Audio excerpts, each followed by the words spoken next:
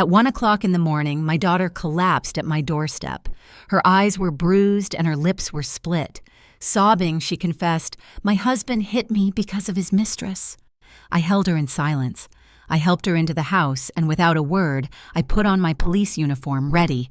I loaded the bullets, then I dialed my lawyer's number. "Start the plan now."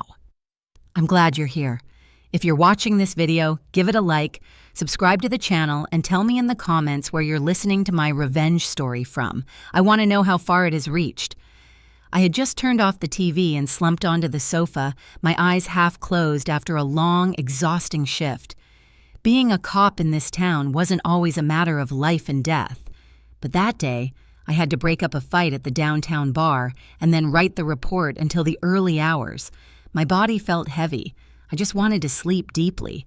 Outside on the street, the barking of dogs mixed with the buzz of motorcycles from the neighborhood kids speeding by.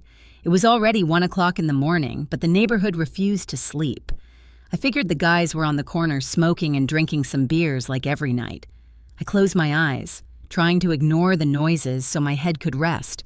Suddenly, a hurried knocking sounded at the door so loudly that it made me jump. My heart raced, and my police instincts kicked in immediately. Who could be knocking like that at this hour? I walked quickly to the entrance, grabbing a chair tightly, just in case. "Who is it?" I asked, my voice a little shaky, not from fear, but because I felt something bad was happening. No one answered. There were just a couple more knocks, weaker this time, followed by a choked, trembling voice. "Mom, open up, please." I almost froze. It was the voice of Sarah, my daughter. I unlocked the door in a hurry, my heart pounding in my chest. As soon as I opened it, Sarah collapsed into my arms, trembling like a wounded animal. I hugged her tightly, feeling her limp body as if she didn't have an ounce of energy left. "Sarah, what happened to you, honey?" I asked, my voice breaking. The yellow porch light hit her face, and I was paralyzed by what I saw. Her lip was split, with dried blood at the corner. Her left eye, purple and swollen, could barely open. She was clutching her stomach with her hands as if trying to hide a pain. "My husband! He hit me because of his mistress," Sarah whispered, her voice choked before breaking into heartbreaking sobs. I felt my blood boil, but at the same time, my heart broke. My daughter, the one I raised and loved more than my own life, was in front of me, shattered. I helped her inside. I laid her on the sofa and ran to the kitchen for a damp cloth and the first aid kit. "Stay still, honey." "Let me see," I said, trying to stay calm, although inside I was a wreck. I carefully cleaned the blood from her lip, but it kept coming red raw, as if it were cutting my own heart. The cut was deep. It wasn't just a skin wound. It seemed to carry a much deeper damage. Sarah kept clutching her stomach, her thin hands shaking. Carefully, I removed her hands. I lifted her blouse, and oh my God, I almost dropped the cloth. A huge bruise, black and purple, covered her abdomen as if she had been hit not once, but many times viciously. I felt like I couldn't breathe, as if I had taken the blows myself. "Sarah, who did this to you? It was Robert, wasn't it?" I asked, my voice trembling with rage and pain. Sarah didn't answer. She just cried, and her sobs broke the silence of the house. Without another thought, I grabbed the phone and dialed the number I knew by heart for the town's emergency room. "Dr. Figueroa, please get ready. I'm bringing my daughter over," I said, hurrying. My car was in the shop getting the brakes fixed, so I called a taxi. While we waited, I sat next to Sarah. I covered her with a blanket so she wouldn't be cold. Her cell phone, which she had left on the table, wouldn't stop lighting up. Out of the corner of my eye, I saw 7 missed calls from Robert and some messages that appeared on the lock screen. "Open your mouth if you want to lose everything." I felt the blood rush to my head. I reached out to grab the phone. I wanted to see more, to know what else he had done to her. But Sarah, though weak, snatched it from me in a panic. "Mom, don't look. It's nothing." She looked at me with eyes full of fear, as if just touching that phone would make everything fall apart. I didn't press her.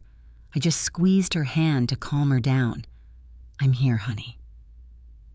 Nothing is going to happen to you, but inside, I knew this had already gone too far. When the taxi arrived, I helped Sarah get in, supporting her with one arm while clumsily carrying a bag with the other. On the way to the hospital, Sarah was hunched over, her head resting on my shoulder, repeating over and over softly, "Forgive me, Mom." I didn't want to bother you at this hour, but I couldn't take it anymore. I had to run here. Every word she said was like a stab in my heart. I was her mother. I had promised to protect her all her life, and now she had to come find me in the middle of the night, broken by the man I once trusted. The taxi stopped in front of the hospital where the cold white light of a neon sign illuminated the words, "Emergency Room."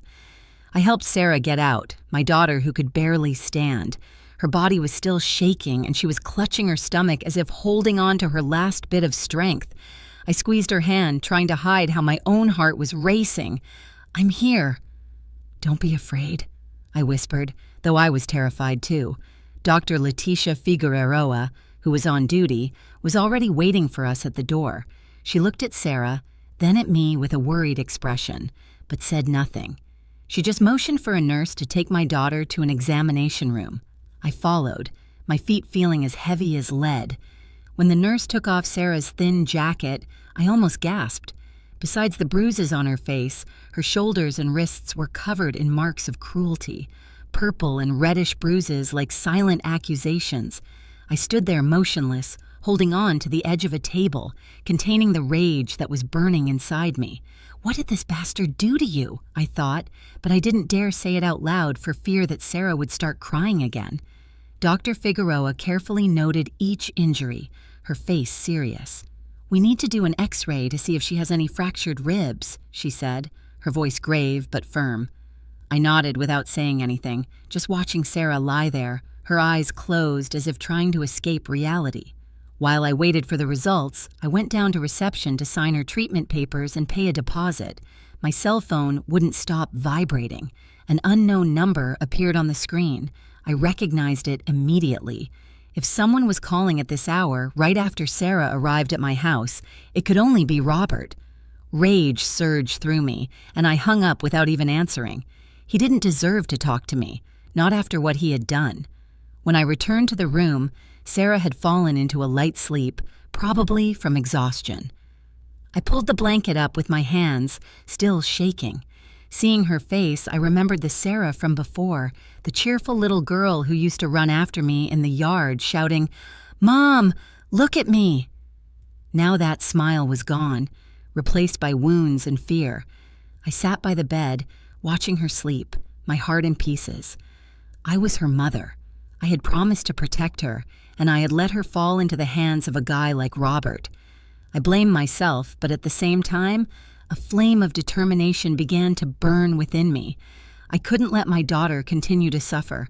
Never again. After they put her on an IV and she was stable, I took Sarah home. I made her a glass of warm milk, left it by her bed, and closed the door quietly, making sure she was asleep.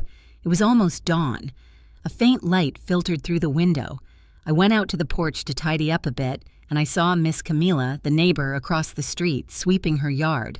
When she saw me, she hurried over. "Did something happen at your house last night, Elizabeth?" I heard knocking on the door and some crying. I sighed and briefly told her that Sarah had been beaten by her husband, that he had kicked her out of the house, and she had to take refuge here in the middle of the night. Miss Camila gritted her teeth, her eyes flashing. "How dare he treat his wife like that?" "That man has no shame." I nodded, saying no more, but I felt I had an ally. Suddenly, I remembered that Miss Camila had a camera at her entrance. "Hey, Miss Camila, could your camera have recorded anything last night?" I asked. She nodded immediately, opened the app on her phone, and showed me the video. I recorded the scene on my phone of Sarah at my door, knocking desperately, her faint cries echoing in the night. Seeing that image made my heart ache all over again, but at the same time, I knew it would be a key piece of evidence. I took Miss Camila's hand and thanked her from the bottom of my soul. She just patted my hand and said firmly, "Don't forget to get justice for that girl, Dee. I trust you can do it." I went into my bedroom, opened the closet, and looked at my police uniform hanging impeccably. The blue shirt, the khaki pants, the belt, and the gun holster. Everything seemed to be waiting for me. I took each piece, feeling the rough fabric under my fingers. In silence, I changed, buttoning each button, adjusting the belt. Each movement was like an oath.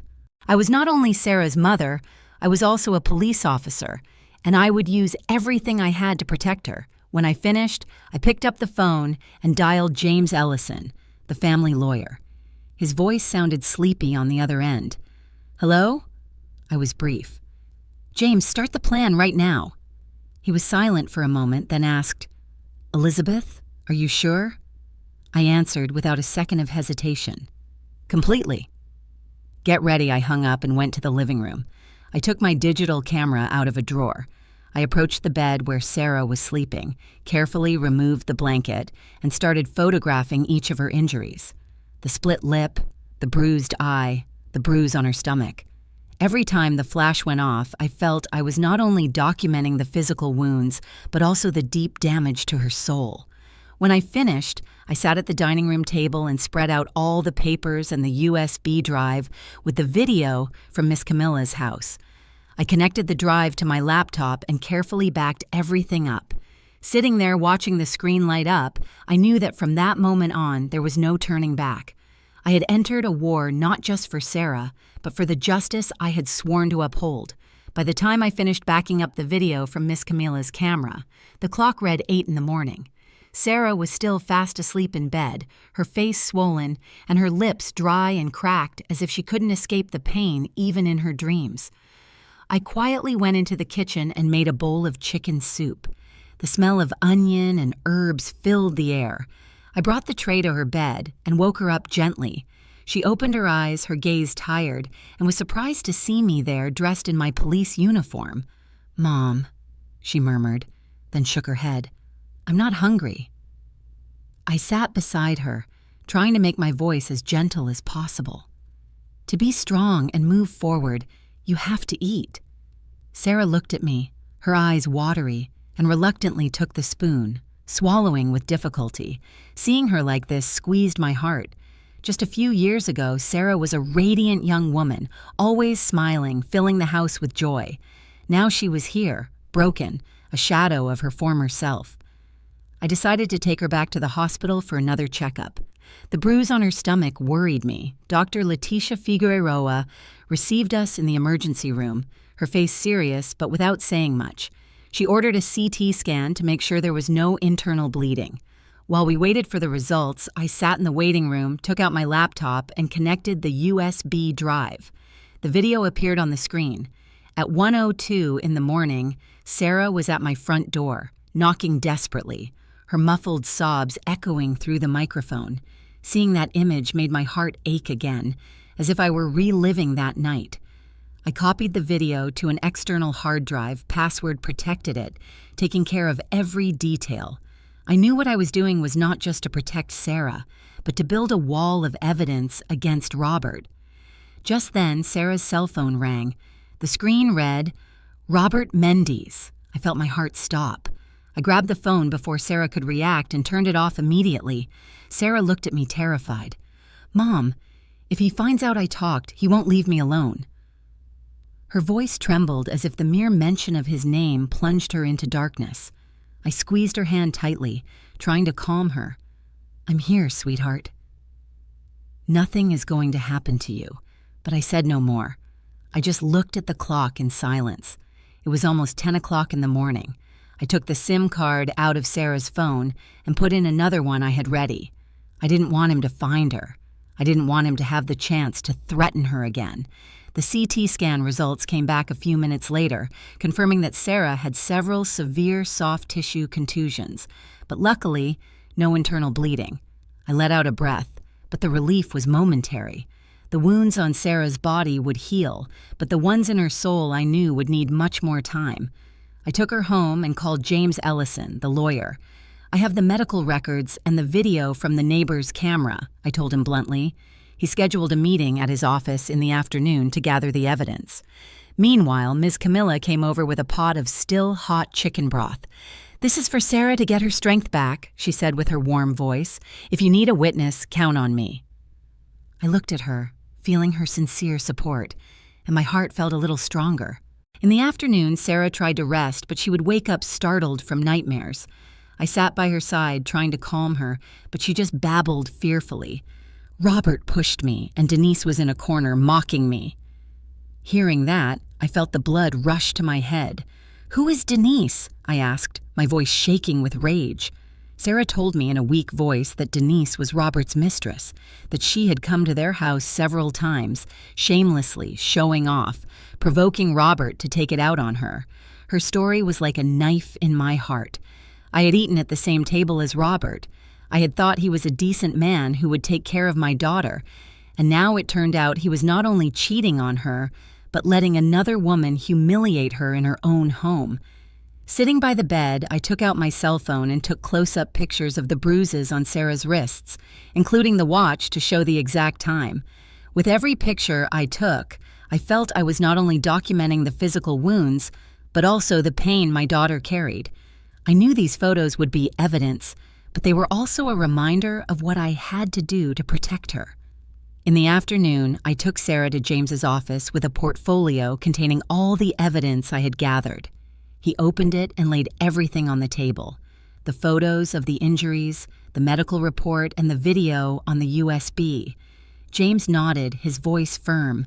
"This is a pretty solid foundation. Now we just need to prove public adultery, and he'll have nowhere to run." I gripped the handle of my purse, knowing perfectly well what my next step was. I was no longer just a grieving mother. I was a cop, and I would use everything I had to make Robert pay. That night, I didn't take Sarah to my house. I didn't want her to be in a place where Robert could find her. Instead, I left her at Miss Camilla's house, my trusted neighbor.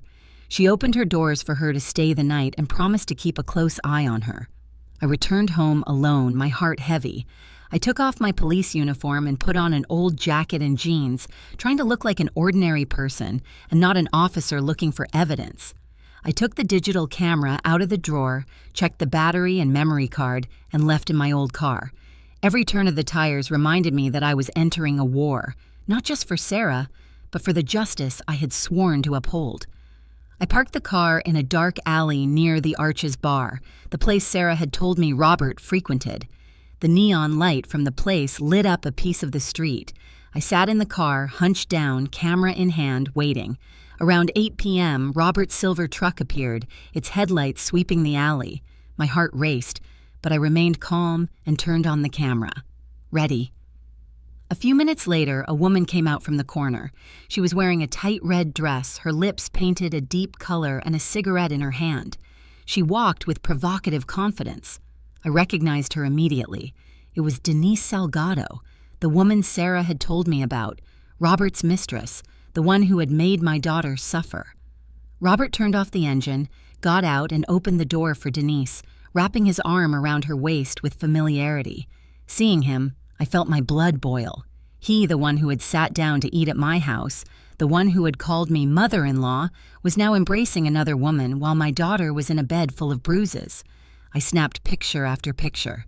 The neon light from the bar clearly illuminated their faces. Each photo was like a stab, but also another piece in the puzzle I was putting together to unmask him. I followed them from a distance to a small hotel with a flashing red light sign. I didn't get close, just stayed far away and took a couple more photos of them entering the lobby hand in hand. Then I went around to the parking lot and took a picture of Robert's truck license plate, making sure a nearby digital clock showed the time. Each photo was a bullet, and I knew I had what would leave him with no escape. When I got home, I opened my laptop and moved all the photos to a special password-protected folder. I called James, the lawyer, with a determination I couldn't hide. "I have the photos of his infidelity. You can see their faces. You can see the car's license plate," James responded with a firm voice. "Excellent, Elizabeth. Keep them safe. Don't let him know you have them." I nodded, although he couldn't see me, feeling a little more relieved, knowing I was one step closer to justice. Just then, my cell phone vibrated. It was Sarah calling from Miss Camilla's number. Her voice sounded distressed.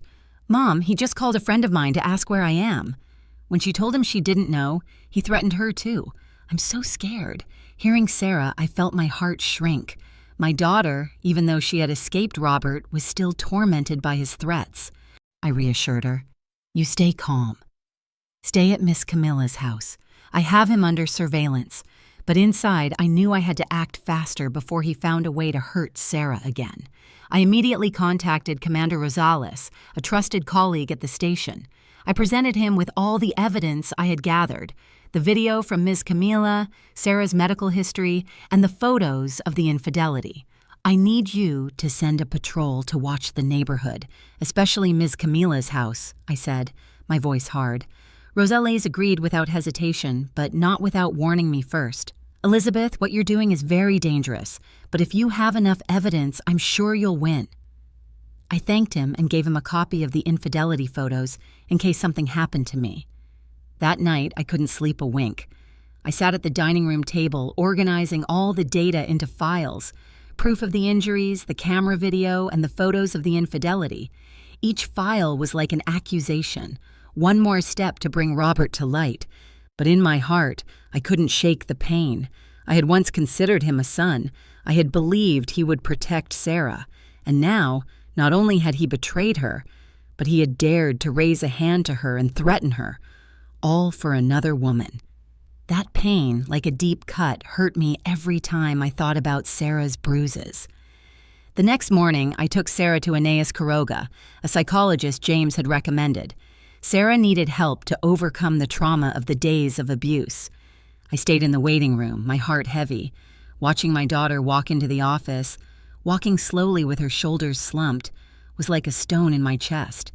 I, who thought I was a strong mother, a tough cop, had not been able to protect her from the man I trusted. That pain, like a deep cut, hurt me every time I remembered Sarah's bruised face. While I was sitting there, my phone vibrated. It was Romero Alcazar, the head of the Public Property Registry, whom I knew from some previous dealings. His voice sounded grave and a little rushed. Mrs. Arriaga, it's not wise to talk much on the phone, but I just saw your name and your daughter's on a land transfer file. Something strange. If you have time, you should come by. I frowned, not understanding what he was talking about. Sarah and I hadn't done any transfer paperwork, but a bad feeling made me get up immediately. I told Anais I would be back for Sarah later. When I arrived at the public registry, Romero motioned for me to enter his office. He opened a file, frowning. There's something strange here.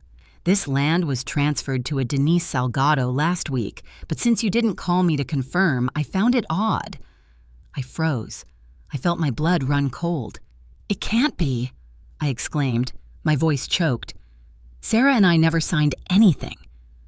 Romero shook his head and handed me the file.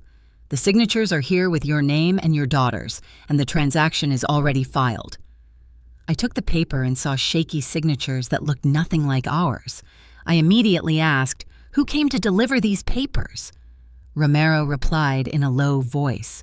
The employee told me it was your son-in-law, Robert. He said you had asked him to handle it because you were busy. Hearing that, I felt my blood boil. Robert had not only hit Sarah, not only cheated on her, but he had dared to forge our signatures to steal the land, my father's inheritance, something our family had cared for years. I tried to stay calm and asked Romero for a photocopy of the file. He sighed. Someone from in here surely helped him with the paperwork. Before I left, he whispered, Elizabeth, this is dangerous. Be careful that no one in the office knows I told you. I nodded, thanked him, and promised not to betray him, but inside, I felt like I was walking on pins and needles. Robert was not just a violent man, he was a manipulator, willing to do anything to get his way. In the afternoon, I went to pick up Sarah from her therapy. She looked tired, but her gaze was no longer one of panic. I took her directly to Lawyer James's office with the photocopy of the forged papers. James reviewed them carefully, tapping the table with his fingers, and said firmly, This is the final nail in the coffin. Now we also have proof of fraud, enough for him to have no escape. Sarah, sitting next to me, listened in silence, but her eyes filled with tears. Mom, he dared to forge the signatures to steal Grandpa's land, she said with a trembling voice, both pained and indignant. I took her hand and squeezed it, trying to give her some strength. but I was also fighting my own pain. That land was not just a property. It was a memory. It was my father's sweat, something our family had cared for generations, and Robert had dared to trample all over it just for his ambition and his betrayal. That night, I met with Commander Rosales and gave him the copy of the fake papers. He nodded, his gaze serious. "Your evidence is very solid. I assure you he won't get away." I thanked him, but I still had a weight on my heart. When I got home, I locked all the documents in the small safe in my bedroom. The clock showed almost midnight, but I wasn't sleepy at all. I sat in the dark thinking about Robert, about what he had done to Sarah, to our family. That pain, like a slow fire, burned and drove me at the same time. I knew the time had come to face him directly. There was no other option. On Saturday morning, I left Sarah at Miss Camilla's house, the safest place for her at that moment. Commander Rosales had someone watching outside, and I knew she would be protected, but my heart was not at ease. I put on civilian clothes, an old jacket and jeans, but I hid a file in my bag with the evidence I had carefully prepared: the photos of Sarah's injuries, the video from the neighbor's camera, the hospital report, and the photocopy of the fake land papers. I drove my old car to Robert's pawn shop, the place where he did his business and flaunted his power in town. Every turn of the tires reminded me that this was not a simple trip, but an inevitable confrontation. The pawn shop was open. A smell of machine oil and cigarette smoke hit me in the face. Two of Robert's henchmen were arranging things on the shelves and gave me a sideways glance when I entered. One of them smiled mockingly. "Look, the mother-in-law arrived." I ignored them and walked straight to the back office where Robert was sitting, counting money with stacks of dollar bills piled on a wooden desk. He looked up and gave a fake smile. "What's up, police mother-in-law? Are you so unoccupied that you have time to visit your son-in-law?" His voice was loaded with sarcasm, but I paid him no mind. I hadn't come to argue or chat. I put the file on his desk. Each page was like an accusation. The photos of Sarah's bruises, the video from Miss Camilla's camera with my daughter's cries in the early morning, the hospital report detailing her injuries, and the photocopy of the fake papers he had dared to sign for me and for Sarah. Robert glanced at them. His face changed for an instant, but he quickly regained his air of confidence, hiding it with a contemptuous smile. "And what about these little papers?" "I have better lawyers than you," I looked him in the eyes, my voice cold. "I didn't come to argue with you. If you want to see who's right, we'll see each other in court." He jumped up, his voice restrained as if I had touched his pride. "Who's going to dare to touch me? Who's going to stand against me in this town?" I didn't flinch. I looked him straight in his arrogant eyes. "I will. Don't think everyone is afraid of you." The two guys at the entrance tried to approach, but I put my hand in my jacket pocket, revealing my police badge. They stopped dead in their tracks, their gazes evasive. Robert turned red, slammed the table hard, and almost shouted, "Your daughter is a weakling. She deserved to be disciplined, and don't think that badge will always save you." Hearing that, I felt my blood boil. He dared to say that Sarah, my daughter, whom I loved more than my life, deserved to be disciplined. He dared to justify the bruises the night Sarah had to flee in pain. I wanted to scream at him. I wanted to pounce on him and grab him by the neck. But I held back. I didn't answer. Just collected the file in silence, put it in my bag, and turned to leave. Before I left, I turned back and said firmly, "Just so you're clear, from now on, the rules of the game have changed. It's not you who's going to discipline anyone. It's the law that's going to discipline you." Robert shouted at my back, "If you walk out that door, you stop being my mother-in-law and then don't complain if I get nasty." I stopped, looked at him one last time without a hint of fear. "Well, consider that from now on you are no longer my daughter's husband." I went out into the street where the wind was kicking up dust from the dirt road. I got in the car and immediately called James. "It's time to file the lawsuit." James replied, his voice calm but cautious. "All right, get ready." "He's going to counterattack with everything he's got," I nodded, though he couldn't see me. My heart was cold as steel. I knew this war wouldn't be easy, but I was ready.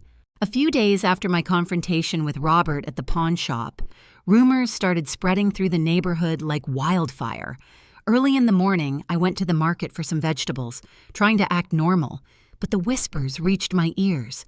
Two ladies at the corner stall were whispering that Sarah probably made it all up. They say she talked back to her husband a lot. That's why he hit her.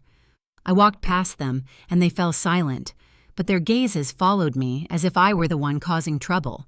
In the cafe next door, an old man sipped his coffee and shook his head. Elizabeth is now using her badge to screw over her son-in-law.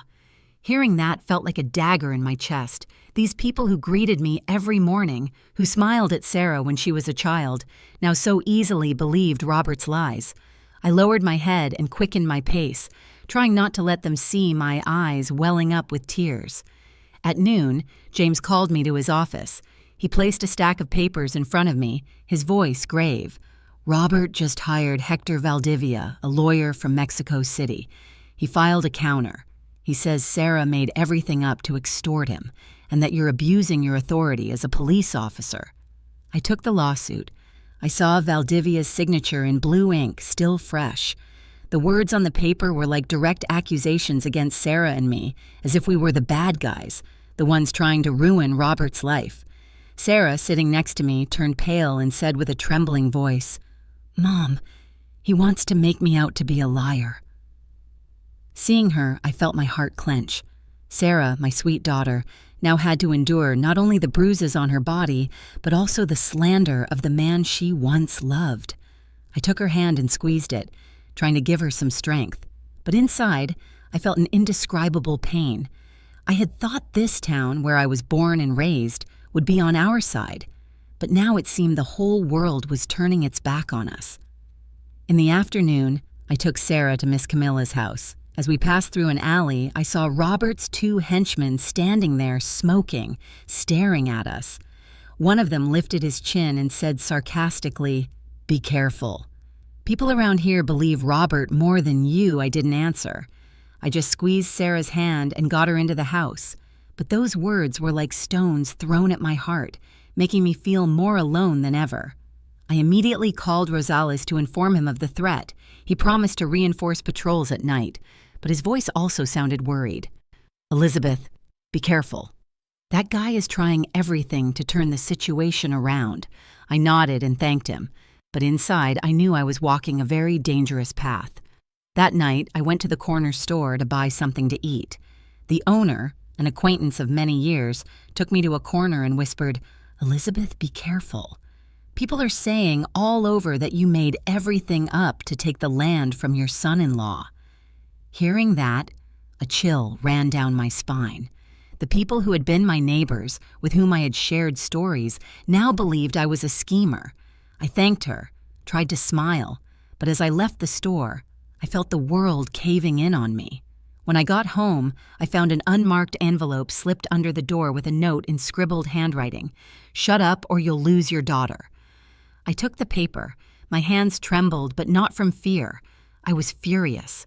Furious because Robert dared to threaten my daughter. Furious because the people around me were so easily manipulated.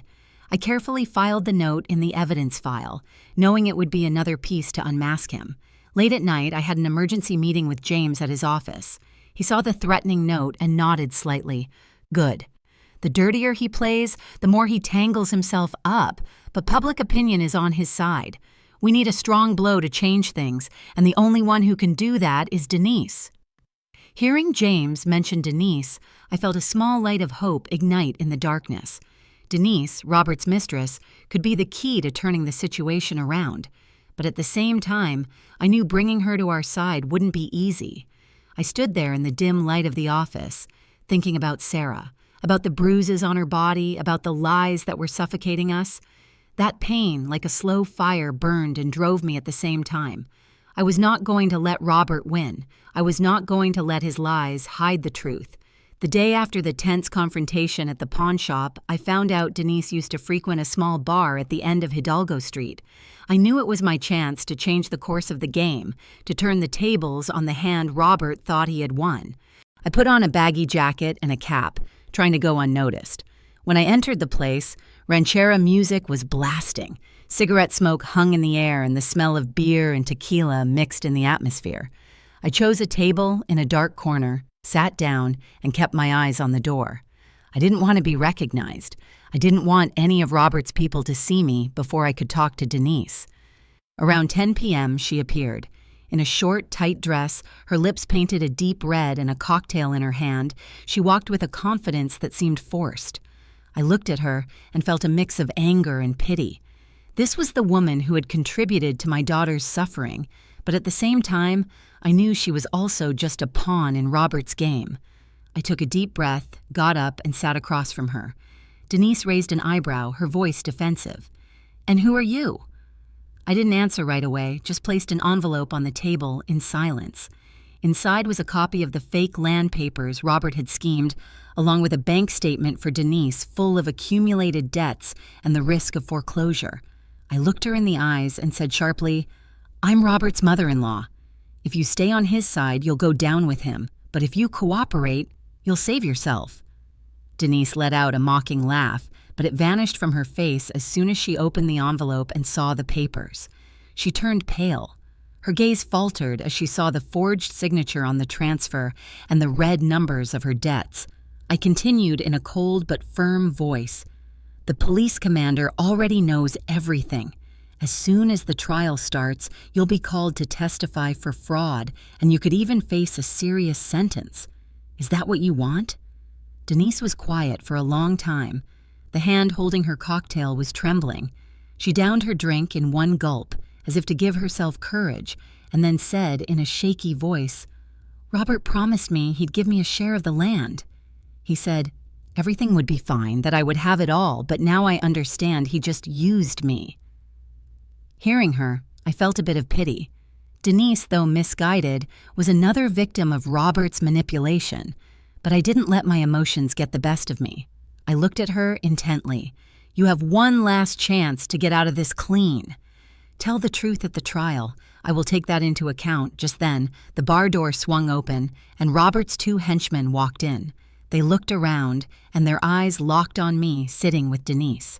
They approached with unfriendly faces. Without hesitation, I took my police badge out of my pocket and placed it on the table. "Want to try something?" "Go ahead." The dim light of the place shone on the badge, and the two guys stopped, slowly backing toward the door, their eyes still full of hatred. Denise was breathing heavily, pale as a sheet, clinging to the edge of the table.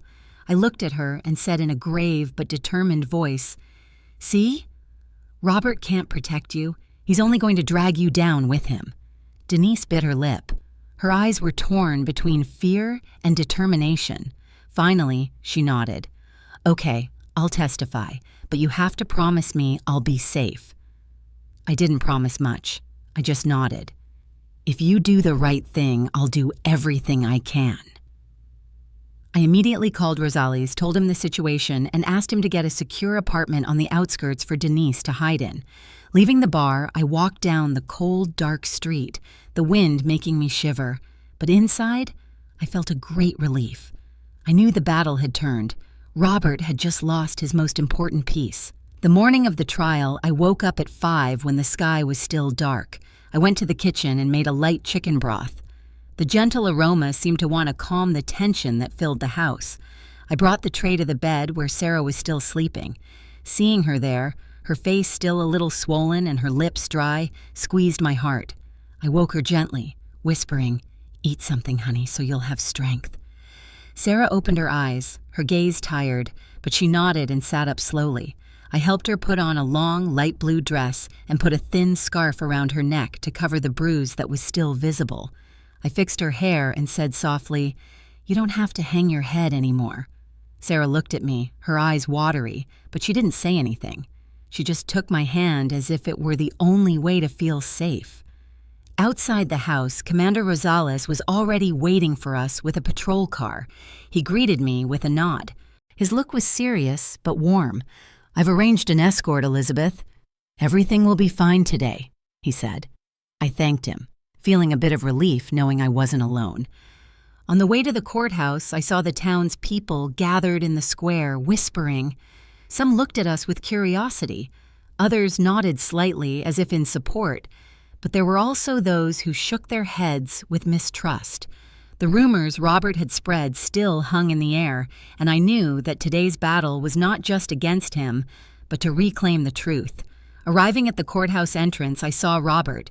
He was standing there in an impeccable suit, his face red and his gaze sharp as a knife.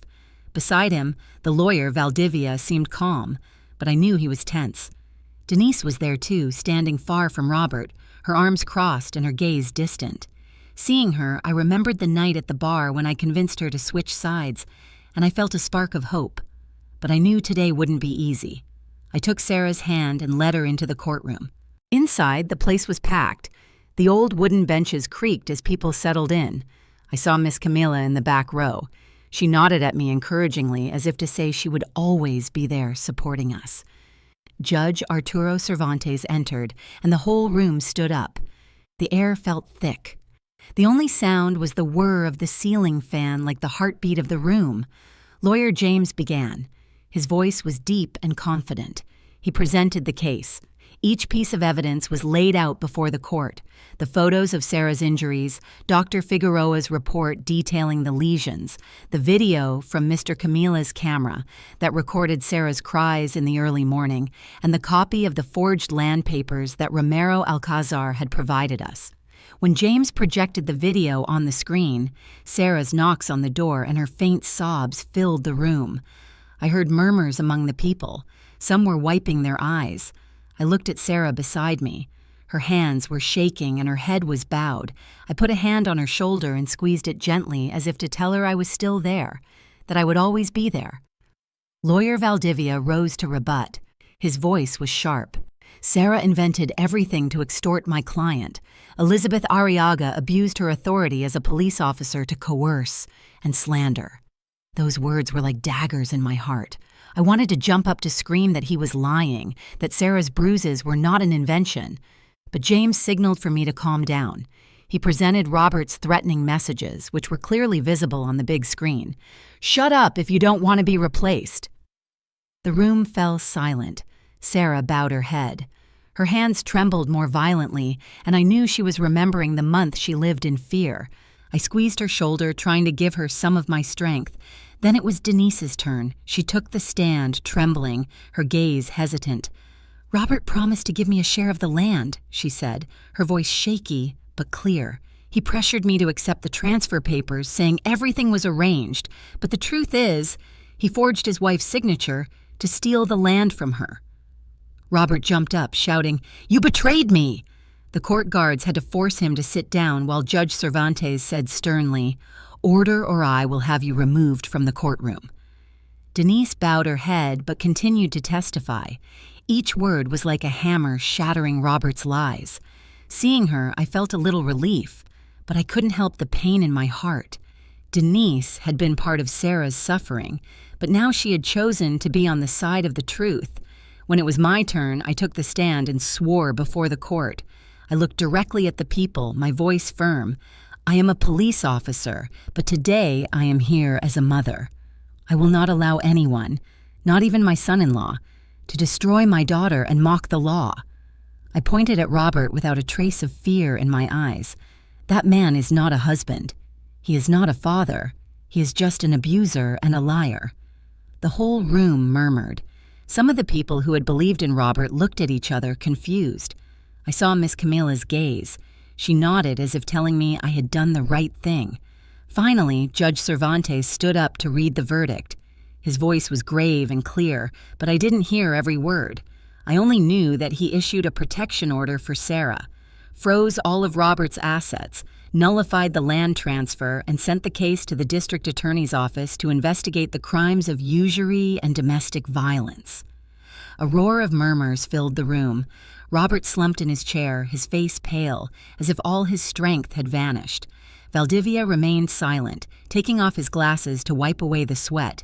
I took Sarah's hand and led her out of there. The midday sun shone brightly on the courthouse steps, and I heard people whispering, "Elizabeth won." Justice won, but inside, I knew that this victory did not erase the wounds Sarah had suffered. I only hoped that from this day on she could begin to find her smile again. The afternoon of the trial, when Judge Arturo Cervantes finished reading the verdict, the courtroom erupted in murmurs. I didn't hear every one of his words, but when I saw Robert collapse in his chair, his face pale, I knew we had won. The ruling dictated a protection order for Sarah, froze Robert's assets, annulled the fraudulent land transfer, and sent the case to the district attorney's office to investigate the crimes of domestic violence and usury. When I took Sarah's hand and we left the courthouse, the midday sun was shining on the steps, and I heard people whisper, "Elizabeth won. Justice won." But inside, I didn't feel victorious. I just felt relief, as if a weight had been lifted from my shoulders. But the pain was still there, like a scar that would never fully heal.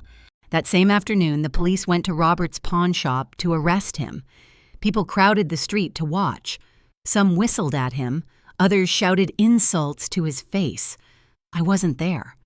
But the next morning, when the local newspaper published a photo of Robert in a prison uniform and handcuffs under the headline "Pawn Shop Owner Arrested for Violence and Land Fraud," I felt something strange.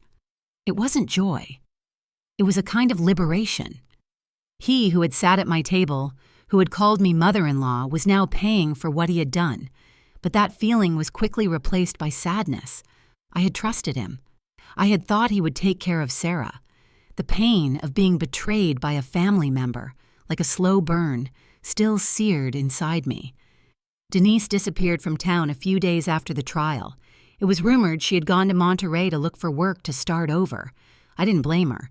She had been part of Sarah's pain. But in the end, she had chosen the truth.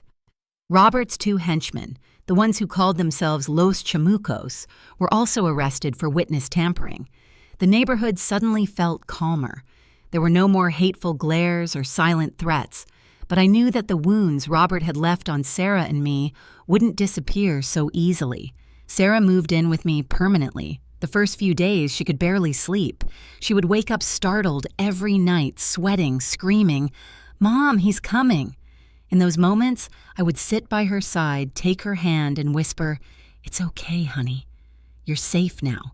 But seeing Sarah, I saw myself years ago when I too kept silent in the face of my own pain. I took her to Anais Quiroga, the psychologist, every week without fail. Anais listened to Sarah with patience, helping her face her nightmares step by step. After a few weeks, I started to notice a change. Sarah no longer covered her face when she went out. She no longer hung her head when she walked through the market. One afternoon, I found her in the kitchen making enchiladas, and as she folded the tortillas, she sang softly. That song, as gentle as the wind, brought tears to my eyes. It had been so long since I had heard my daughter sing. It was as if the sun was starting to enter the house again. The town also began to change its attitude. The neighbors who had doubted, who had believed Robert's rumors, now greeted me. Some came up to apologize with regret in their voices. "Mrs. Elizabeth, we didn't know the truth." I just nodded without resentment.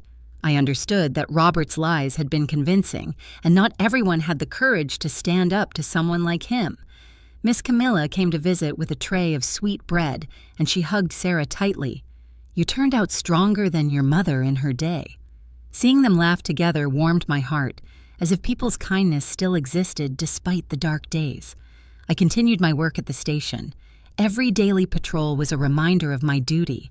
Every time I encountered a case of violence, I felt more determined to help other women break the silence.